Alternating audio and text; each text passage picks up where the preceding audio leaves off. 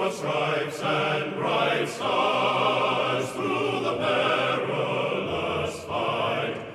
O'er the ramparts we watched were so gallantly streaming, and the rockets' red glare, the bombs bursting in air, gave proof through the night that our flag was still there. Oh, say does that star-spangled banner yet wave o'er the land of the free and the home of the brave?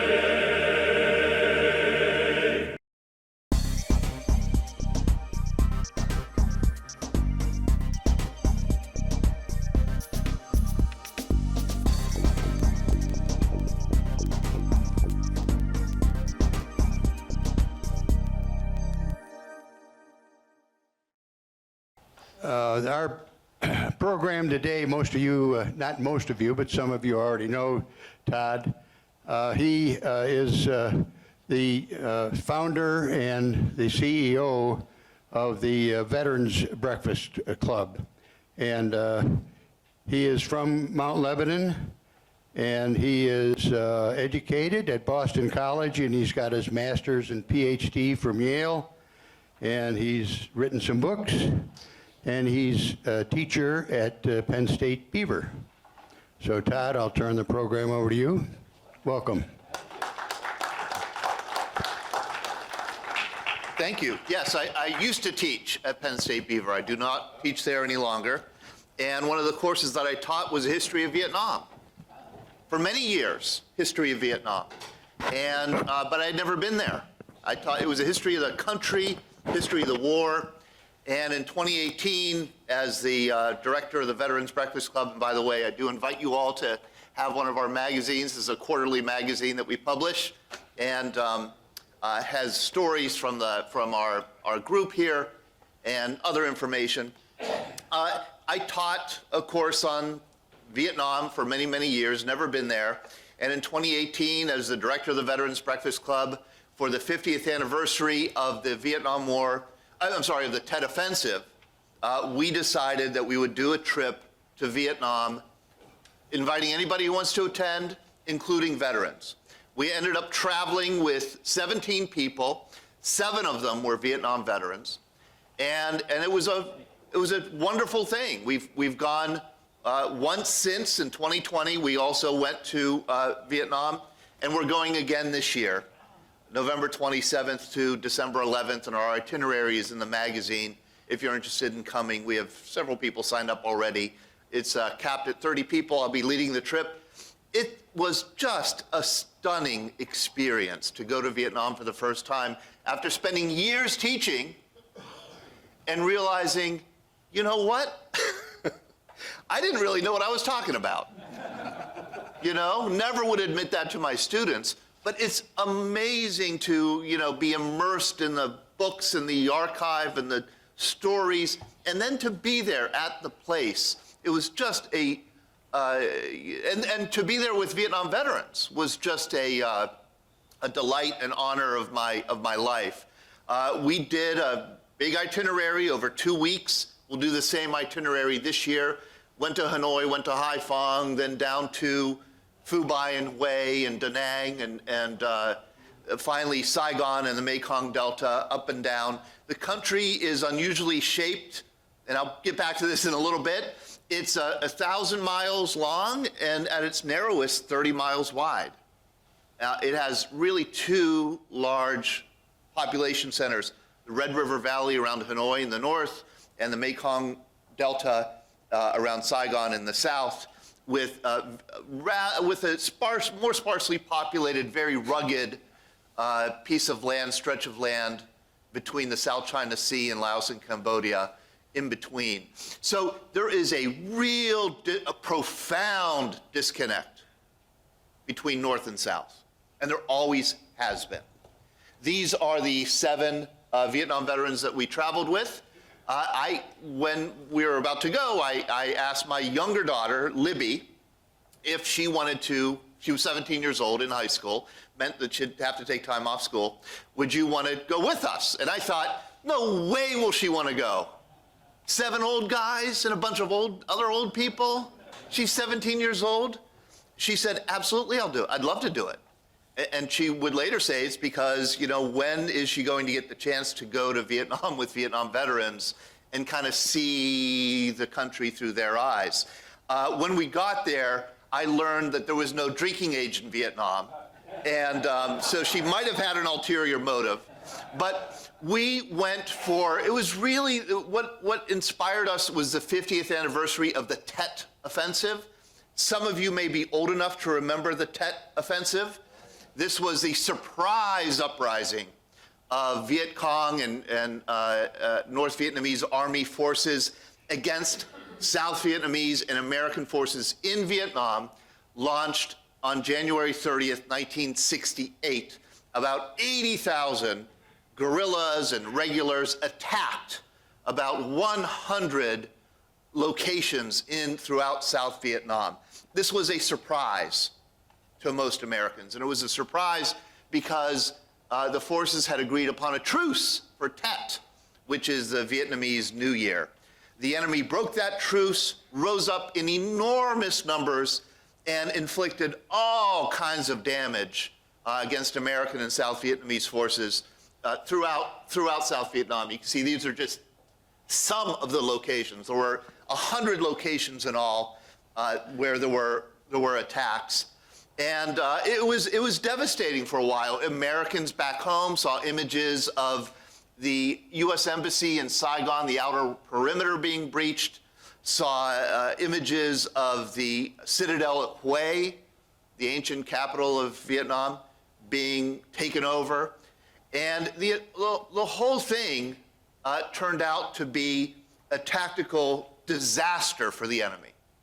I mean, it should have gone down in history as a terrible catastrophe for the NVA and the VC, for the North Vietnamese Army and the Viet Cong, because it really was.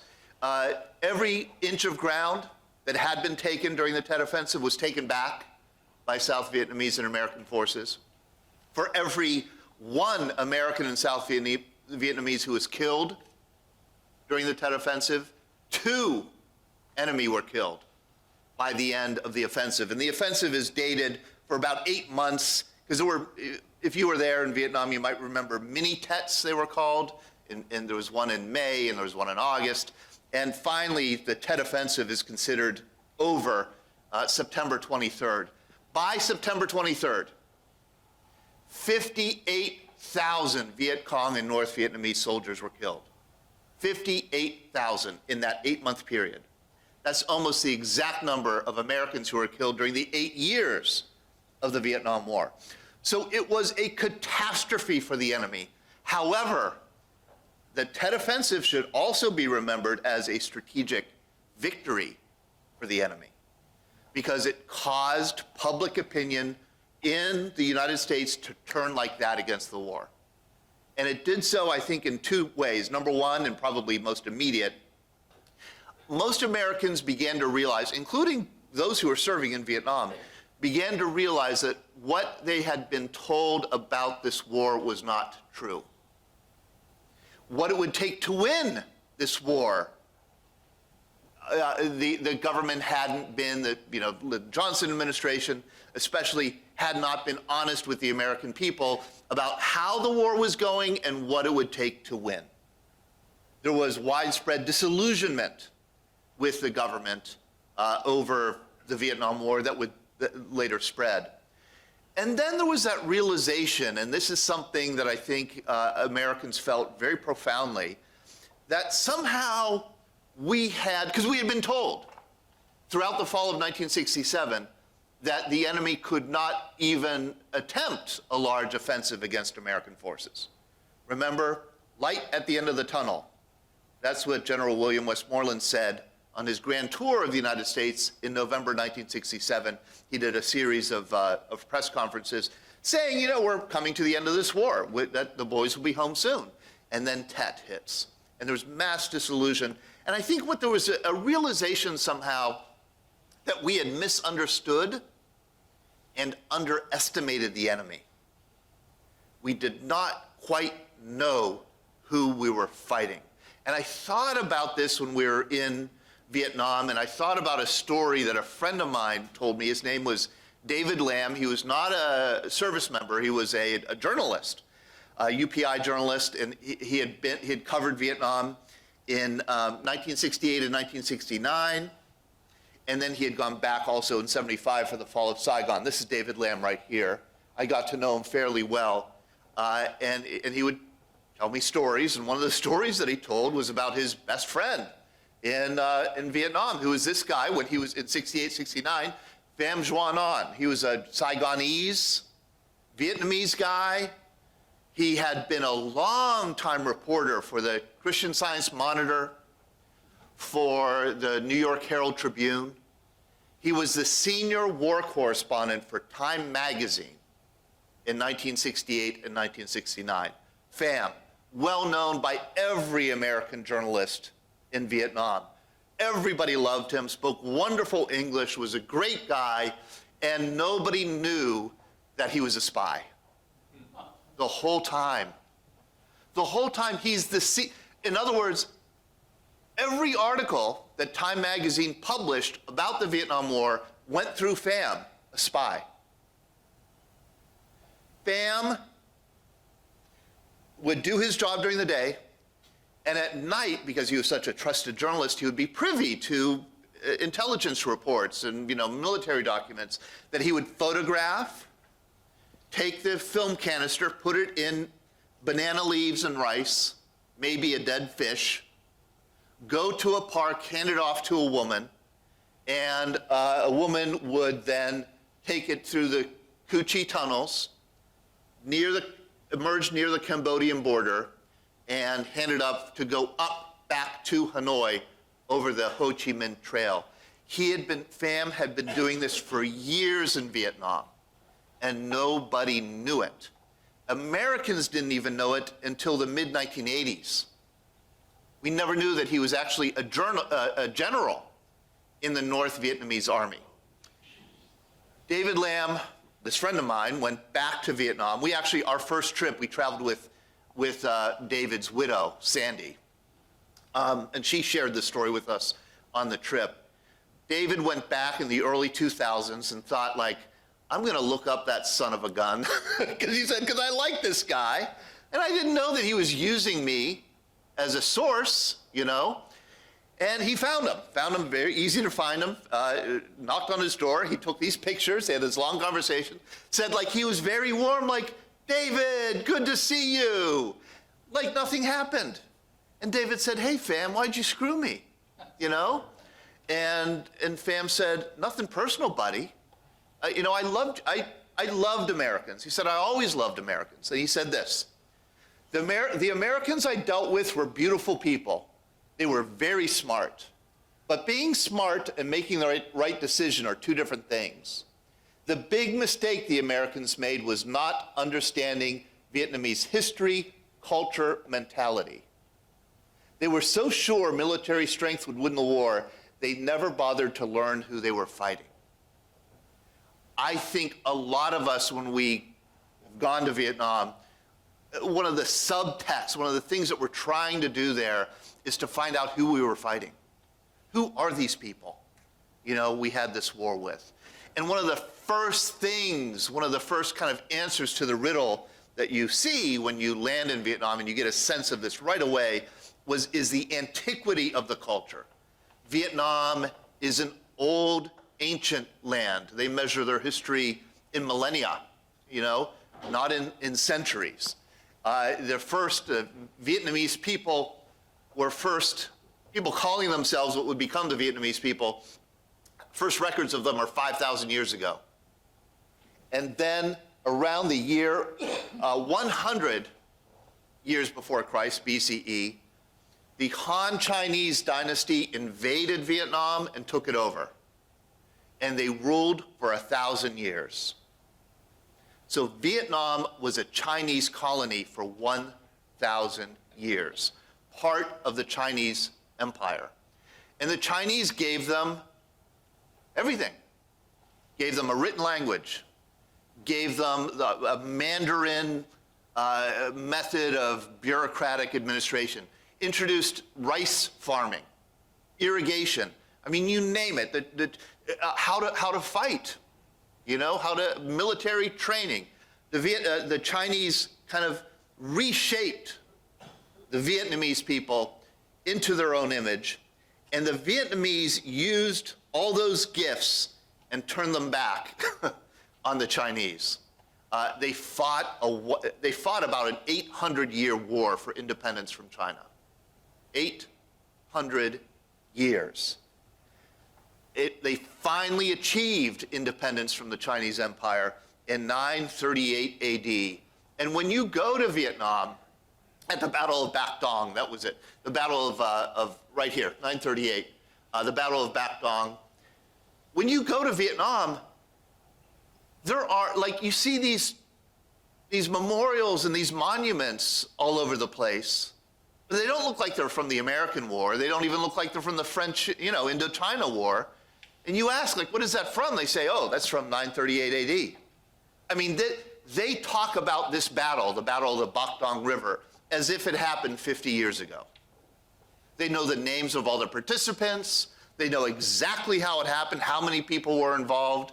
They tell the story of how the Chinese sailed hundreds of thousands of troops up the Bac Dong River near Haiphong toward Hanoi to quell this uprising, and how the Vietnamese laid a trap for the Chinese, many traps. One of them was to stick pikes in, sharp pikes, that would halt, the Chinese ships would get stuck on, but you couldn't see them. They were below the surface of the water. Recently, they've been discovered, and this is now a National Heritage Site. These sticks here, the remnants of the pikes that were stuck in the Bac Dong River 1,000 years ago, are here, and they're being preserved. The Chinese were stuck on these pikes, and then Vietnamese guerrillas fired flaming arrows at the ships. And the legend is they killed 100,000 Chinese soldiers in 3 days of fighting. And that liberated Vietnam. So that immediately gives you a sense, this is a martial country. Every monument you see has a Vietnamese warrior looking really mean. These aren't serene Thomas Jefferson, wise Ben Franklin. These are really tough warriors who have experienced fighting an insurgency. At this point, Vietnam is right here. This is it.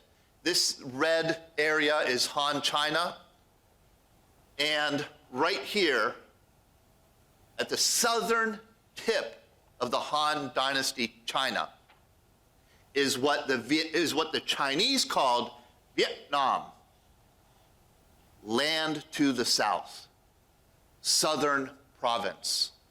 In other words, China considers Vietnam its southernmost province. They still do.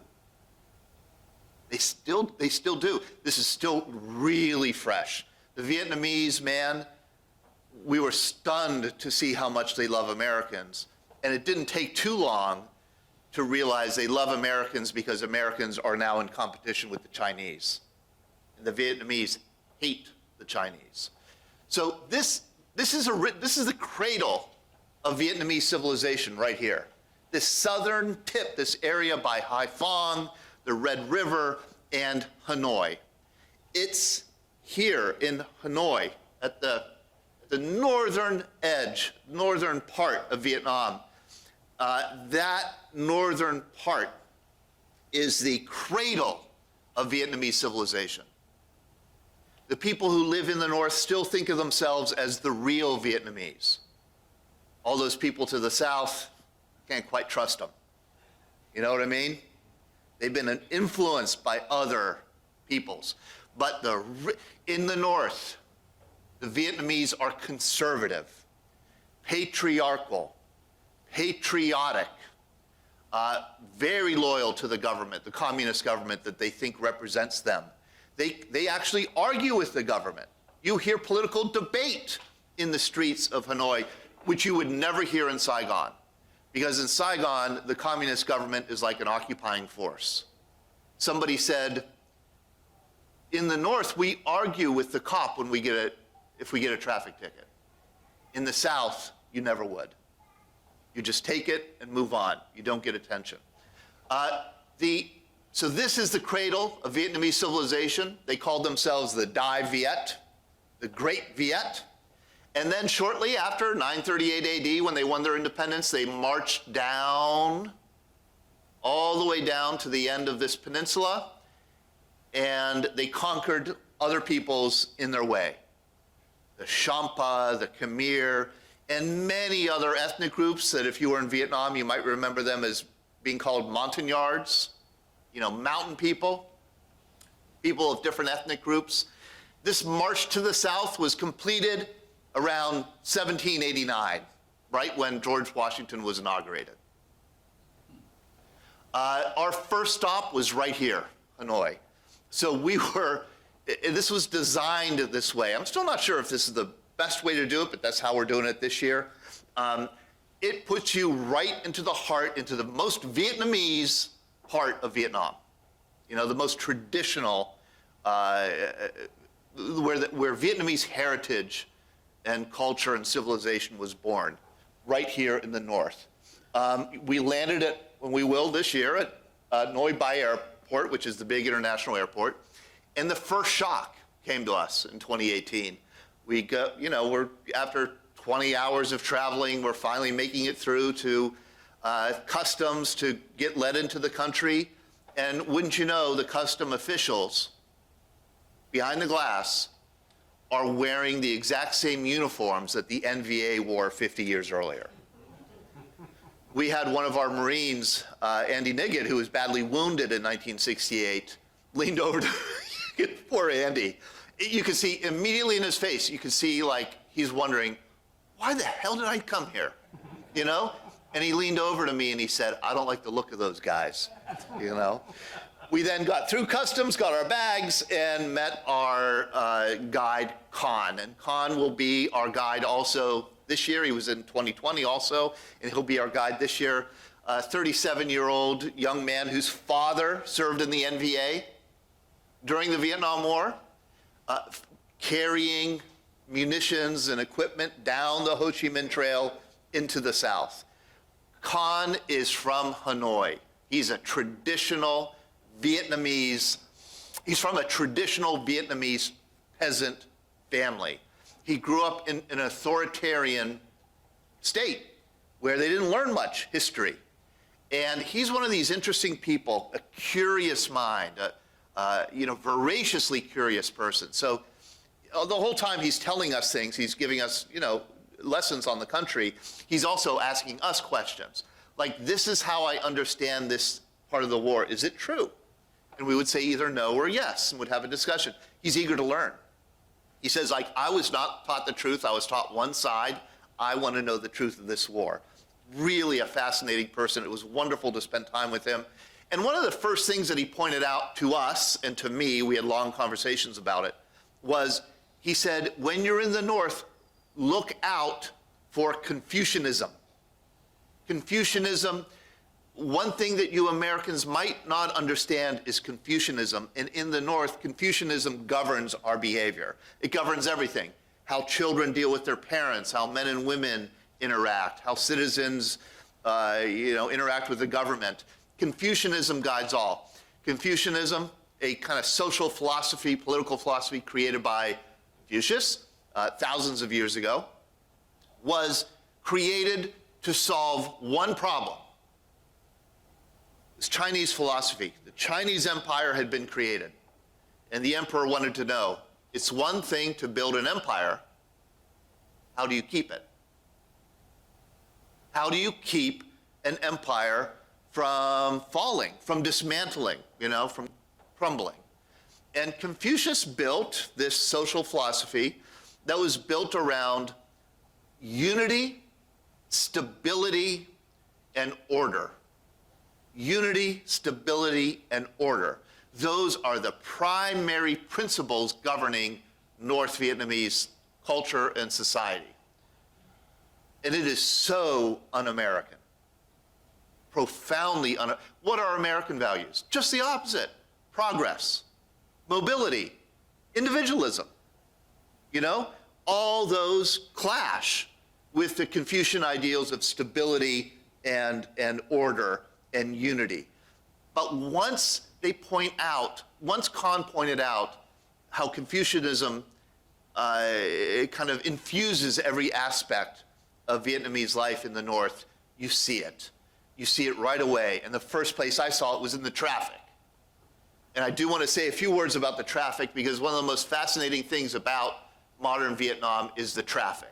There are automobiles, but they're way, way, way outnumbered, 20-1, by motorbikes. Motorbikes are everywhere. Vietnam is one of the fastest growing economies in the world. It doubles every 8 years. And so people are always moving around, selling things, buying things, and they don't have cars, so they stack it on their motorbikes. Whole families of 5 ride on their motorbikes. You do see things like this all the time. It's stunning. A refrigerator on a motorbike, I remember seeing. Whole families, ride together on motorbikes. Not unusual at all. And then the second thing that's stunning about the traffic is that there's so much of it. It's just, Vietnam is a small country in terms of geography. It has 100 million people in it. And, it seems like every single one of them has a motorbike, and they're out at all 24 hours a day. It's just, unending. And the most stunning thing in the North, and it took a while to even recognize this, is that all of this movement, all of this traffic is all conducted without any traffic laws. No stop signs, no stoplights, no speed limits, no crosswalks. Well, there are crosswalks, but nobody pays attention to them. No nothing. How the hell how does this work? It's really a marvel and a mystery, and it does work. There's almost no honking, no yelling, no obscene gestures. Nobody fights. It's stunning. Here's how it works. Unity.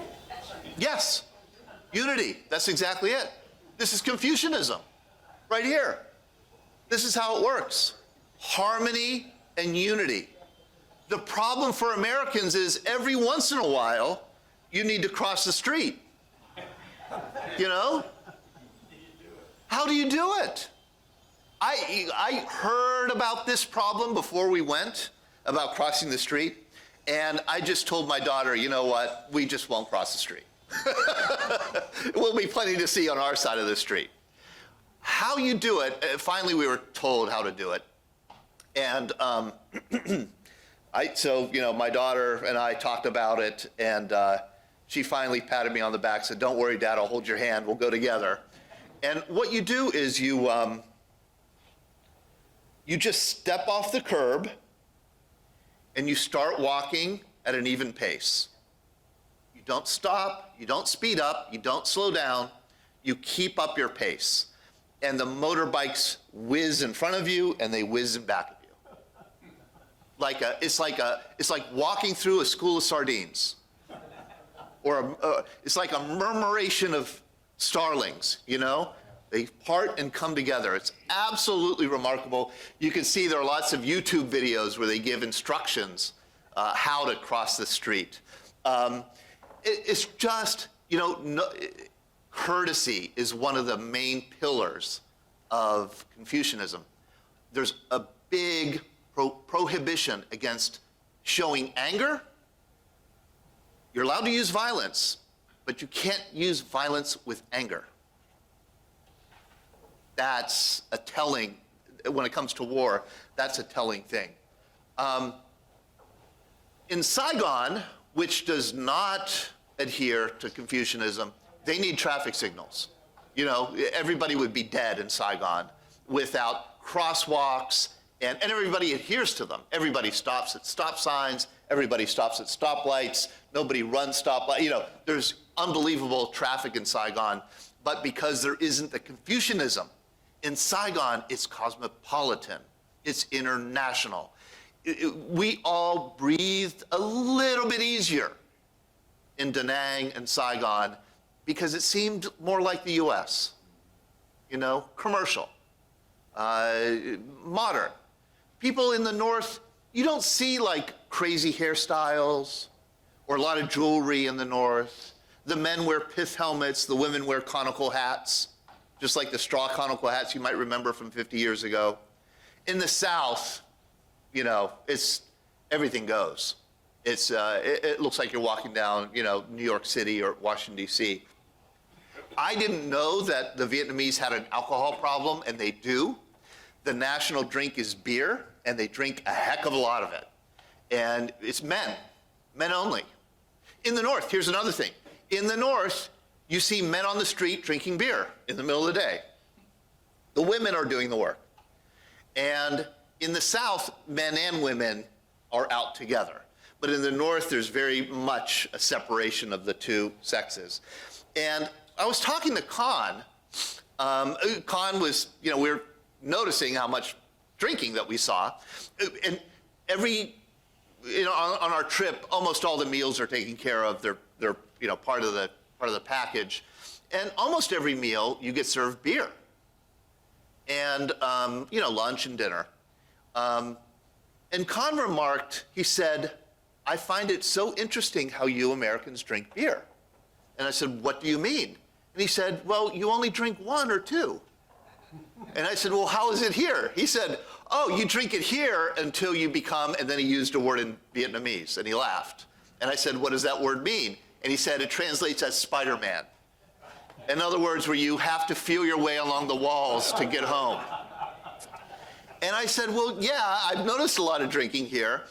Is alcoholism a problem? He had no idea what I was talking about. I said, alcoholism, like addicted to alcohol, it's a problem. Is there anything like Alcoholics Anonymous? He had he could not understand at all what, you know, AA. Finally, he understood. I said, well, when somebody drinks too much, too often, he said, oh, yes, we solved that problem. Just the wife stops giving him money. Problem over. Oh my gosh. Yeah. Right. There are a series of questions that Vietnamese people are eager to ask Americans, and I'm only going to focus on one because it's the big one. It's the number one. They really want to know this. They really have to know this, and they have a hard time talking to you. They had a hard time dealing with you until you're able to answer this question. And the question is, how old are you? They ask you that right away. But they know that it's like not a cool thing to ask Americans right away. You know, that it's not considered polite to ask people their age right away, but they have to. They feel like they can't interact with you until they know your age. And that is, of course, because in Vietnam, age is, there's profound respect for elders. Profound. It's not mere courtesy. It is how they think of you, how they talk to you, you know, what you get before others. People, the older you are, the more respect you are due. And this is probably going to be an exaggeration, but you're virtually worshipped the older you get. There's ancestor worship in Vietnam. So if you're old, you're closer to the ancestors, or becoming an ancestor. And so you're due much more respect, and it's really profound. And so Con, after it was day, and I had read about this and knew that this question was coming. Con didn't ask me the first day, he didn't ask me the second day. At the beginning of the third day, he pulled me over and said, Mr. Toad, I have a question for you. How old are you? And I said, Con, I've been waiting for you to ask me that question. You need to know how old I am, right? And he said, yes. And I said, you need to know kind of what to call me, because you should also know that in Vietnamese language, there are no pronouns. No he, no she, no we, no they. So they have to call you, if they don't know your name, they call you by a family name.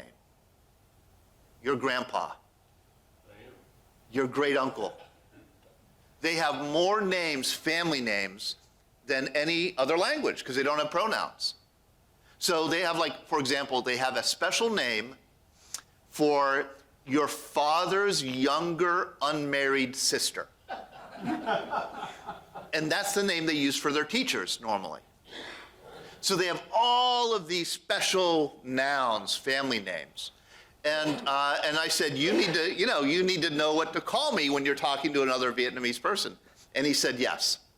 And I said, Con, I'm 52 years old. And here's literally how he reacted. I'm so sorry, I am so sorry, I am so sorry, I am so sorry, I'm so sorry, I'm so sorry. I said, Con, people have told me I look younger than I am. He said, yes, I thought you were much younger. And so I'm very sorry. I said, well, what had you been calling me? He said, I had been calling you older brother. What are you going to call me now? He said, I'll call you uncle now.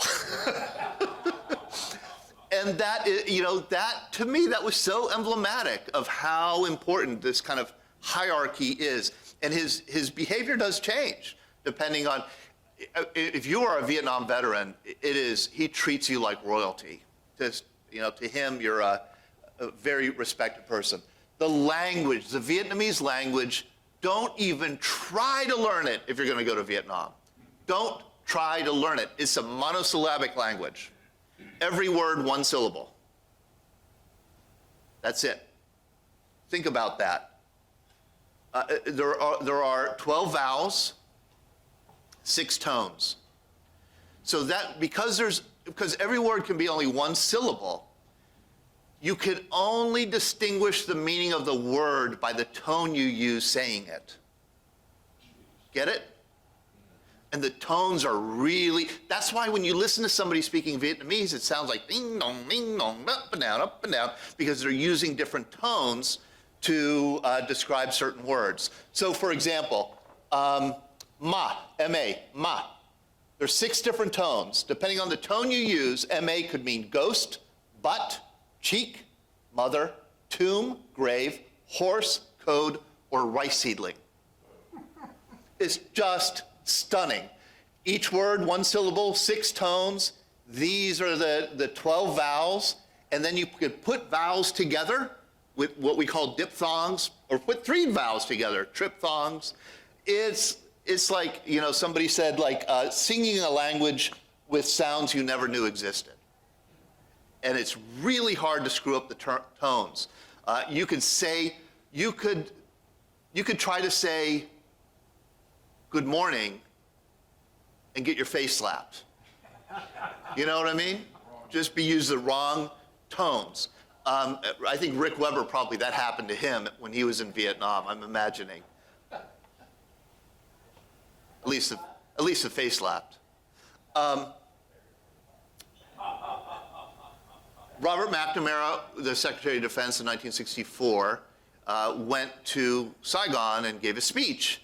And if you recall, the year before, John F. Kennedy had given his famous speech in Berlin that he ended, Ich bin ein Berliner, I am a Berliner. And so McNamara decided he's going to do the same thing. He's going to say something at the end. He's going to say, long live South Vietnam. And he did. He said it, but he flubbed the tones. And what he ended up saying was, the Southern duck wants to lie down. And everybody laughed. About 5 days into the trip, we cross over the DMZ. We go to the south. And like I said before, this is a much more familiar place. We end up spending some time in Hue, then Da Nang, and then we go down to Ho Chi Minh City or Saigon, and then into the Mekong Delta.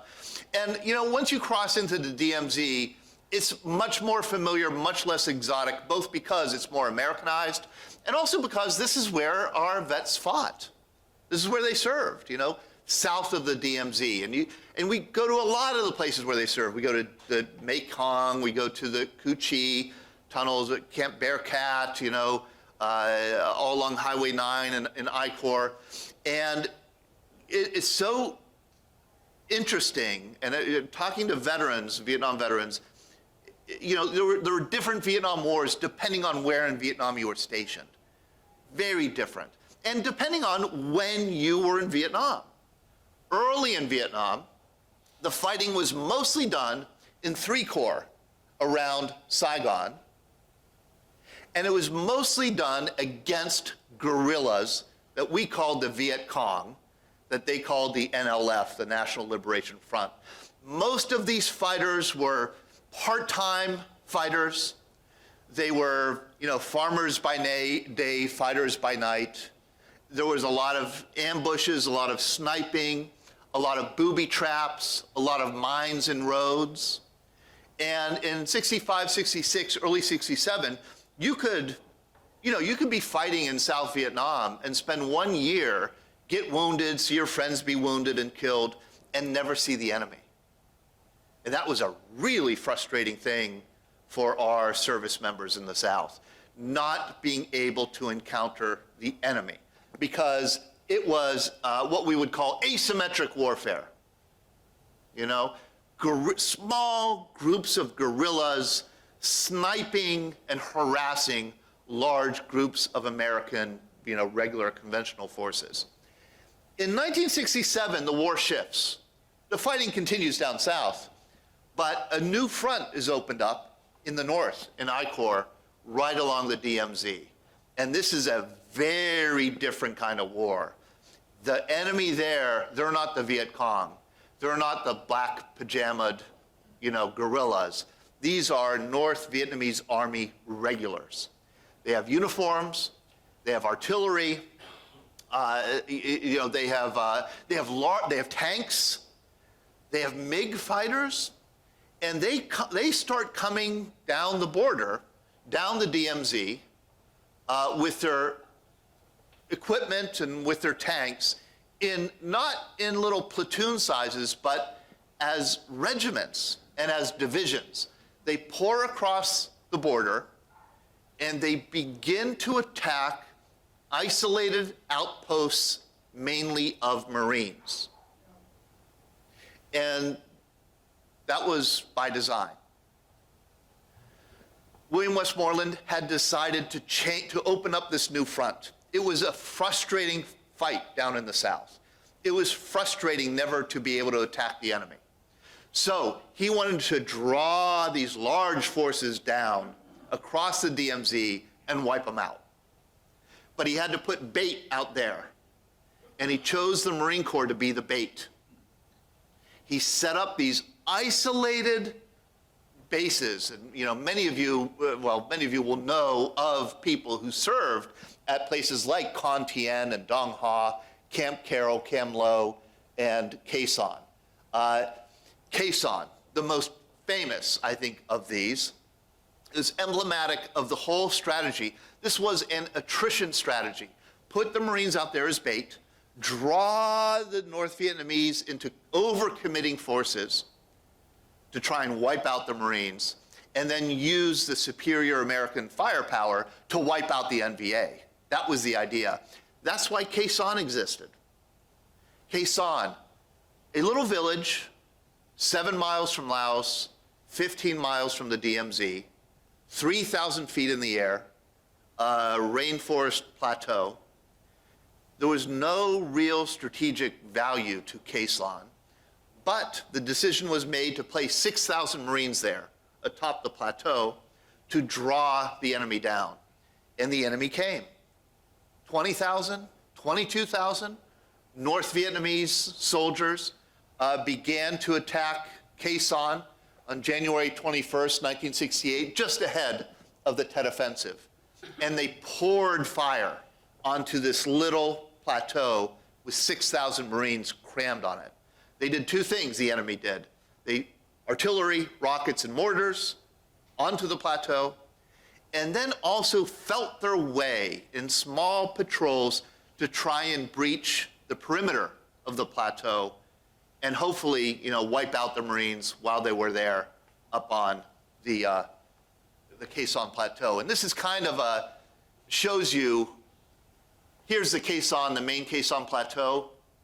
The Marines responded by digging in on the plateau. This is like World War I, trenches, and then sending out small groups of Marines to these hilltops around the plateau to try and stop the infiltration toward the plateau. But this is it. These Marines were surrounded.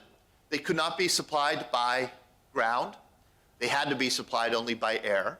And life on the plateau over 77 days deteriorated pretty badly. They got short of water and food. Marines bled to death because they couldn't be evacuated. They couldn't be resupplied. And all the while, the Marines higher-ups are requesting, let's evacuate. The strategic value just isn't here. But Lyndon Johnson wouldn't do it.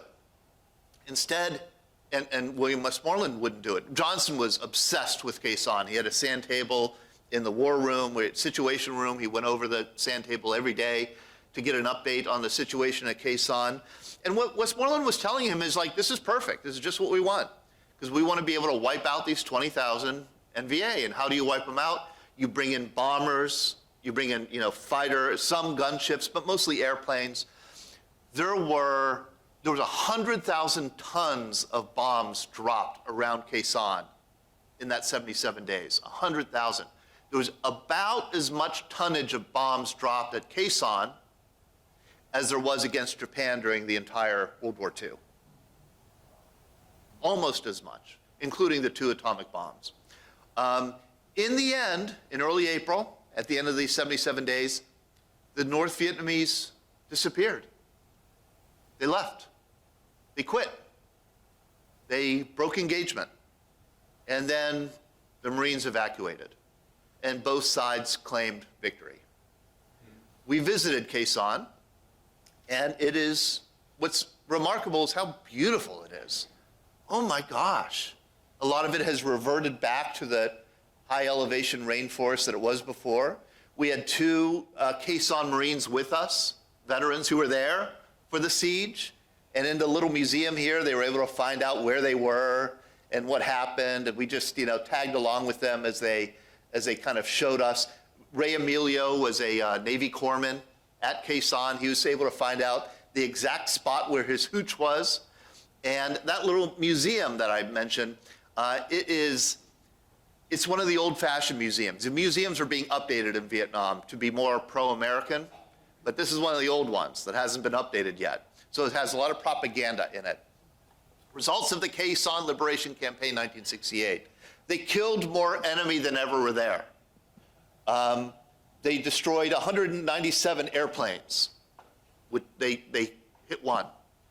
I love this one. They destroyed 80 ships. There's no water. There's no navigable water in Khe Sanh. But Khe Sanh itself, the plateau, is so beautiful that, the people go there to get wedding photos taken with this, this equipment in the background. Just remarkable. The most moving event of the trip was close to Khe Sanh at the DMZ Museum. It was there that we encountered this man on the right. He was staring at Andy Nigut. I mentioned him, the Marine who kind of came in to the airport, who had been wounded in 1968. Andy had been wounded in the face, and this Vietnamese man was looking at Andy's face. Because you could see Andy was disfigured. And the Vietnamese man came over to Andy and went like this and said, "War?" And Andy said, "Yes." And the Vietnamese said, "Me too." And he picked up his pant leg and showed a mangled leg. And then he went to Andy and he said, "NVA." And Andy just stood there. Okay. And then the Vietnamese man started to cry. And Andy reached out and they embraced. I mean, here are 2 old warriors separated by language, separated by 50 years, by ideology, by background. But they had this shared experience of combat. And it was one of the most beautiful, moving, moments of my life, not only the trip, but of my life, to see Andy and this man embrace in this way. Another wonderful moment, this came again at the DMZ, is a young Vietnamese woman came up to us, as many young people did, and asked, are you veterans? And they said, yeah. And she came and wanted to shake hands with every veteran.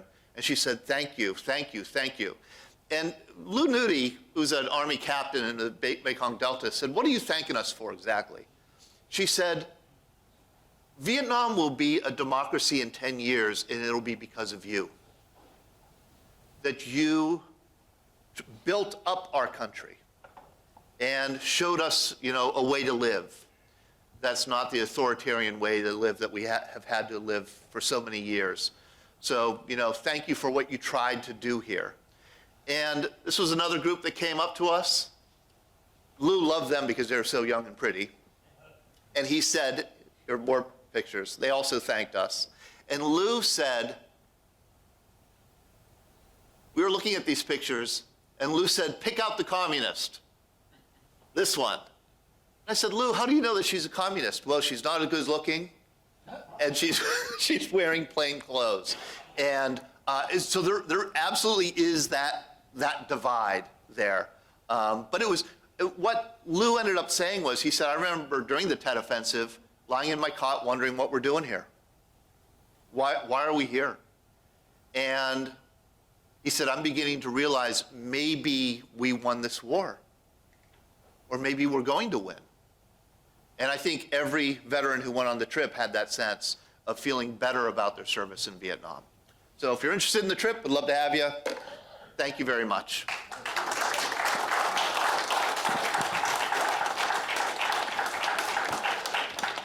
Yes? With the differences between North and South, why was the North, specifically Ho Chi Minh, so insistent on unifying all of Vietnam? Why was Ho Chi Minh so insistent on unifying all of Vietnam? It's because 60% of the economic wealth of the country comes from Saigon. 60%. So it's an economic engine. Yeah, absolutely. Your map shows the closeness of Laos and Cambodia, Yeah. and you described how China really influenced. Did the Chinese influence those two countries? Yes, China influenced both Laos and Cambodia.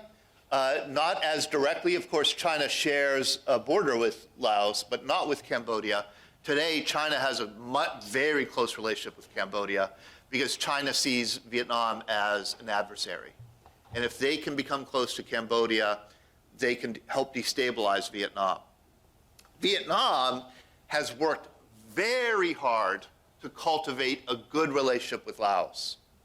So Laos is a trusted partner or ally against China. But yeah, in the old days, China did colonize Laos and Cambodia, and the French did also. So there's a lot of French influence in Cambodia, Laos, and Vietnam. You do see the French influence everywhere. French architecture, French food. Didn't the Vietnamese invade Cambodia to the Khmer Rouge? Yes, yeah. Vietnam, at the end of the Vietnam War, Vietnam invaded Cambodia to topple the Khmer Rouge, which was a good thing. But they did it not because they cared about the Khmer Rouge, but because the Khmer Rouge was being controlled by China. And they wanted to get Chinese influence out of Cambodia. Vietnam views Cambodia the way China views Vietnam. Like, they view Cambodia as their territory. Don't meddle in their territory. China was meddling in Cambodia, so Vietnam invaded Cambodia, toppled the Khmer Rouge. China paid Vietnam back by invading Vietnam in a war in March. Didn't China fight Vietnam in '79 and Yes. defeated De- tremendously? defeated tremendously. It was about a 5-week war in 78, 79, and they invaded from the south, and Vietnam drove them out. Yeah. Yeah. Speaking about Cambodia and Laos, a friend of mine, an Army officer, commanded Laotian troops in Cambodia. Wow. Unfortunately, he's passed away, but he talked about that. And I'm wondering why we had Laotian troops under American command in Cambodia. Laos had a communist government that was allied with the Vietnamese communist government, but there are also Montagnards in Laos. There are ethnic minorities in Laos and Vietnam and Cambodia. And the ethnic minorities tended, not all of them, but many of them tended to ally with Americans. So the Hmong people, for example, lived in Laos and Vietnam. The Hmong, who aren't Vietnamese, they're not Laotian, they tended overwhelmingly to fight against the communists, and they were in kind of pro-American forces in Laos. Now, you're saying the tensions between China and Vietnam. Now, during the war, who supplied the North Vietnamese with most of the equipment? The Russians or were the Chinese involved too? Both. Both China and Russia supplied Vietnam in the Vietnam War, and then China really cooled on their support for Vietnam. Russia did too, but China especially really cooled, and the more that China cooled, the hotter Russia got involved. Because Russia was a competitor of China. So they were trying to win over the Vietnamese to the Russian side. So yeah, it's a complicated geopolitical puzzle, this part of the world. Yeah. My wife and I were on a National Geographic tour 3 years ago. We started in Saigon, and then were on a riverboat that went up the Mekong, ultimately to Phnom Penh. I found much of what you said to be very interesting and certainly didn't disagree with anything. We were fascinated by the entrepreneurship in the South. It may also be true in the North. But, for example, I know that the shirt that I'm wearing says made in Vietnam.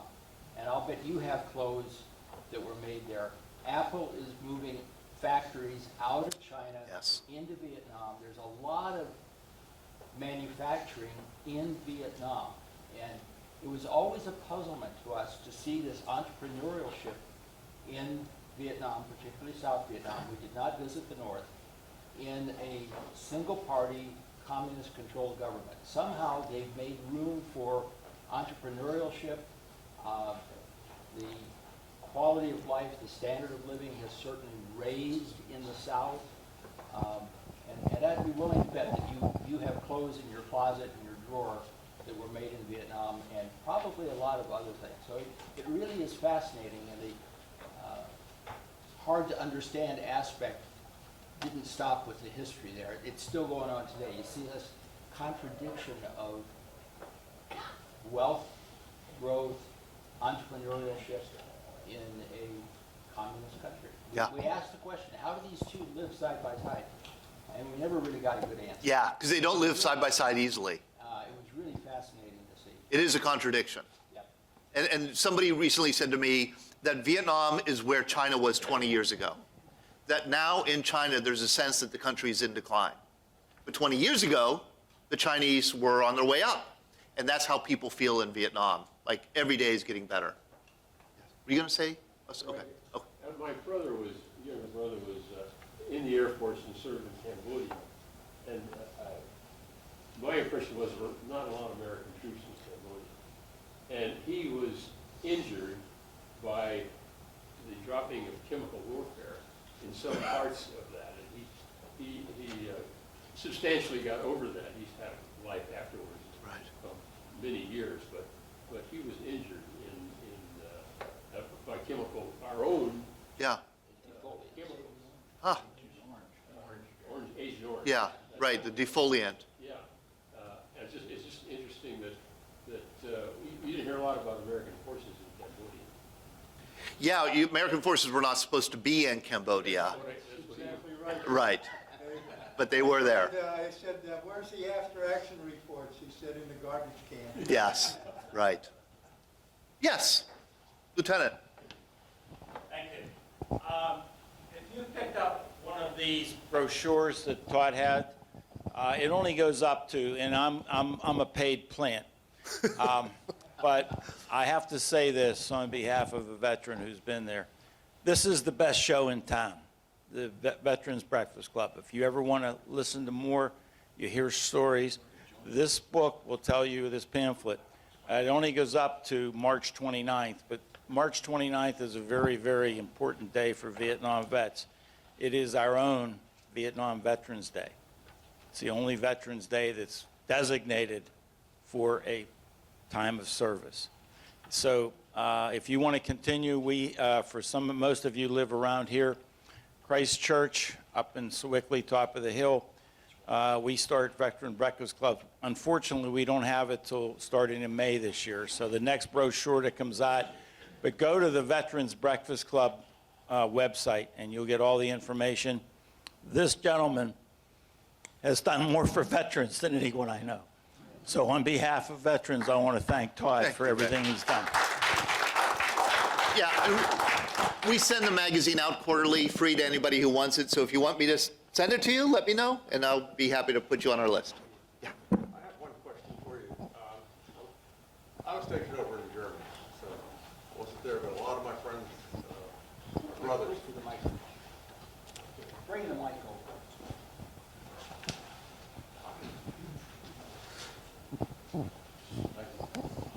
Yes, a lot of my friends were obviously in Vietnam. I was in the military from 64 through 67, but over in Germany.